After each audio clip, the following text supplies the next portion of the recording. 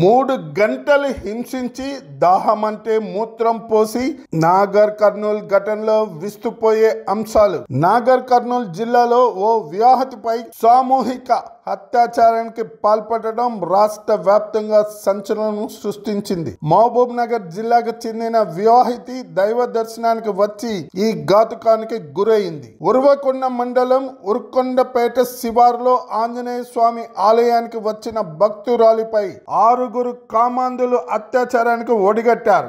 ఈ నెల 29న రాత్రి ఈ ఘటన చోటు చేసుకుంది. ఈ ఘటనపై కేసు నమోదు చేసుకున్న పోలీసులు విచారణ చేపట్టారు. అయితే ఈ ఘటనలో విస్తుపోయే అంశాలు వెలుగులోకి వస్తున్నాయి. పోలీసులు తెలిపిన వివరాల ప్రకారం మహబూబ్ నగర్ జిల్లా భూత్పూర్ మండలానికి చెందిన వివాహిత తన బంధువుతో కలిసి ఈ నెల 29న ఉరుకొండపేట వచ్చింది. ఉరుకొండపేట శివారులో ఆంజనేయ స్వామి ఆలయంలో మొక్కులు చెల్లించుకొని రాత్రి అక్కడే నిద్ర చేయాలని అనుకున్నారు.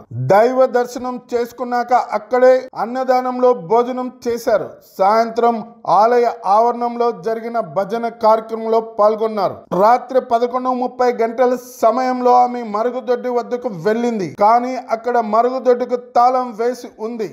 దీంతో ఆమె బంధువుతో కలిసి దగ్గరలోని గుట్ల వద్దకు వెళ్తుండగా ఆలయంలో పనిచేసే ఒక కాంట్రాక్ట్ కార్మికుడు చూశాడు. వెంటనే తన స్నేహితులను ఫోన్ చేసి చెప్పాడు. ఆలయం దగ్గర మద్యం తాగుతున్న 6 స్నేహితులు ఆమెను అడ్డగించారు. ఆమె బంధువుపై దాడి చేసి చేతులు కట్టేశారు. 2 వ్యక్తులు బంధువు దగ్గర కాపలా ఉండగా మిగిలిన 6 ఊరి నుంచి మద్యం తెచ్చిన మరో యువకుడు కలిసి మహిళపై అత్యాచారం చేశారు. దాహం వేస్తుంది, నీళ్లు ఇవ్వాలని ప్రాధేయపడగా అమానుష్యంగా మూత్రం పోశారు. మద్యం తాగుతూ తెల్లారుజామున 3 గంటల వరకు ఆమెపై లైంగిక దాడి చేశారు. ఆమె మెడలోని పుస్తులు తాడు, చెవి కమ్మలు లాక్కున్నారు. అనంతరం అక్కడి నుంచి పరారయ్యారు.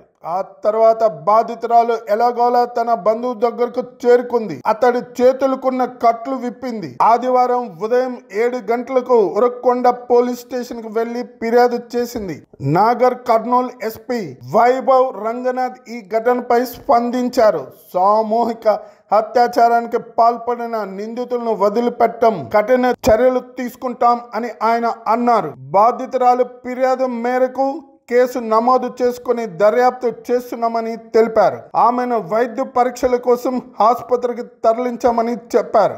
ఇప్పటి వరకు 7 అదుపులో తీసుకుని విచారణ చేస్తున్నామని, మొత్తం ఎంతమంది నిందితులు ఉన్నారో ఘటన వివరాలు త్వరలో వెల్లడిస్తామని ఎస్పీ తెలిపారు.